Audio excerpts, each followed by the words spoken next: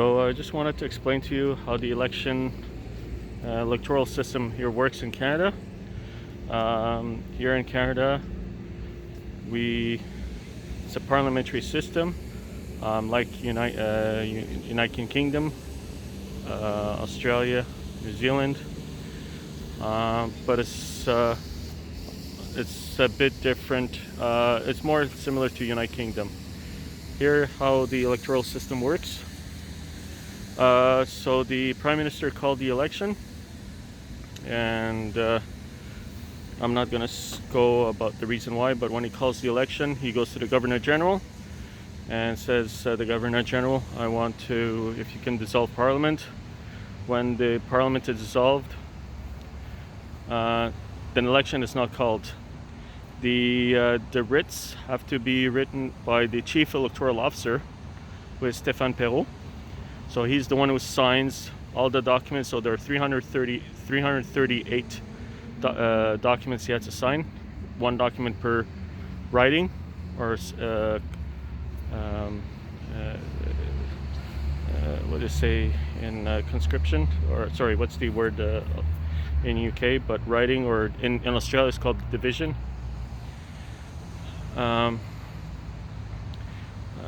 Constituency, I should say. And okay, so that's when the elections is officially called.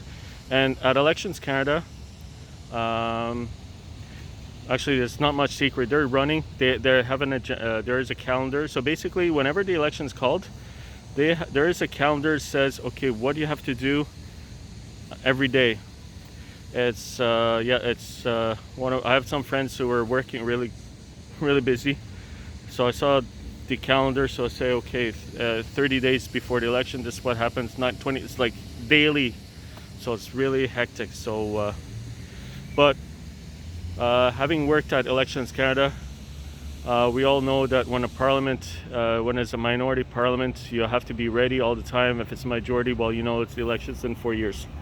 So it was not a secret. So what happens is, so unlike United States, Canada, there are political leaders. Like in Canada, we have several parties, and all the parties have their leader. Now, their leaders are elected way before the election. They're the party candidates run for leadership. They voted, the person who wins is the leader of the party. And so when the election is called, the leader of every party trying to win most seats. The one with the most seats becomes the Prime Minister. Not automatically, but if your party, in Canada we have 338 seats. So if your party gets 170, you're the majority. So you become officially the Prime Minister. In minority, you have to find if there's a way to get confidence. So sometimes you have to rely on some parties to at least have a stable government.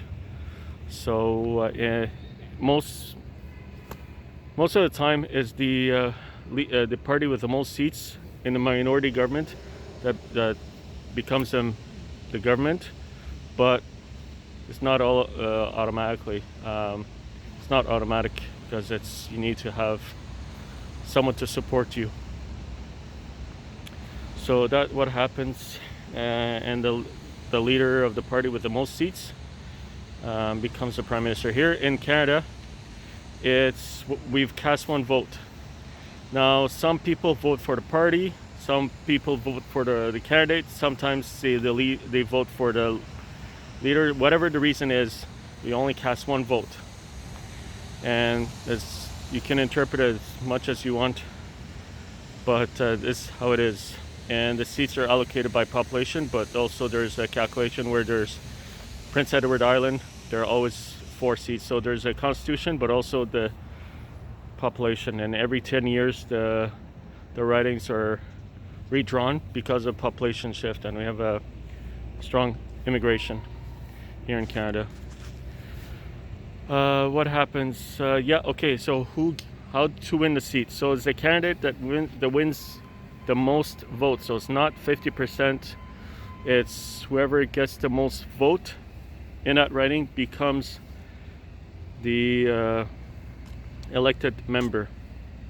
Now, I worked on election night, and so I counted the vote. So what happened? How does Canada count the vote?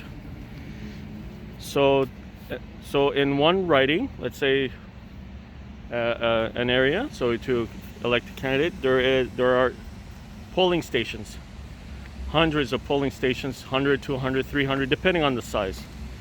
So every polling station, there's a deputy returning officer and a scrutineer. A scrutineer holds the list of list of electors, and the deputy returning officer holds the ballot. So when I was working that day, I was the deputy returning officer, and I had to make sure my responsibility was to make sure that the votes are cast properly. But I had to look over to see the scrutineer. So let's say a member or a citizen wants to vote.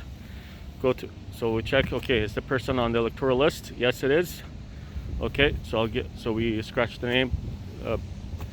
We make a check mark, scratch the name. Say okay, the person has cast the ballot. I give the ballot. The person goes in an area to make a check mark. In Canada, everything is on paper. There's no electronic machine. So you make either you darken the circle, you make a check mark or an X, whatever, and then the person inserts the ballot in the box. At the end of the night, I open, both of us count the ballots. So what happened is, as a deputy returning officer, I open the box, I read out loud the vote. So I say, a vote for this person. And I show the ballot to the scrutineer who puts a check mark. And I look, so we both checking each other. So there's no ambiguity. So we make sure that everything is fine. So I checked her work, that person's work, scrutineer work, and that scrutineer checks how I count. So that's why we show each other. So at that night I had about 200, pretty close, 276 ballots to count it. So every polling station counts individually, and we report the ballots to the deputy returning officer, which is the person responsible for the writing, and then that information is relayed to Elections Canada. When it's relayed to Elections Canada, the results are published to media. Now, just to let you know, the reason why Canada counts the vote quickly is, like, I count the vote as soon as I'm told, okay, you can count the vote. We count the vote. We don't wait until all the votes are counted. So as we go along, the results are relayed to the returning officer. Returning officer relays to Elections Canada, which there is a system, and it's electronic, and then we publish the results. So that's how it goes. No machine. Everything's done paper, manual, and and so that's the beauty of it, and it's fun to be part of the democratic. And I've been lucky to have been working on election night and working directly for Elections Canada. And in fact, I met the chief electoral officer a couple times, and so I was lucky, fortunate.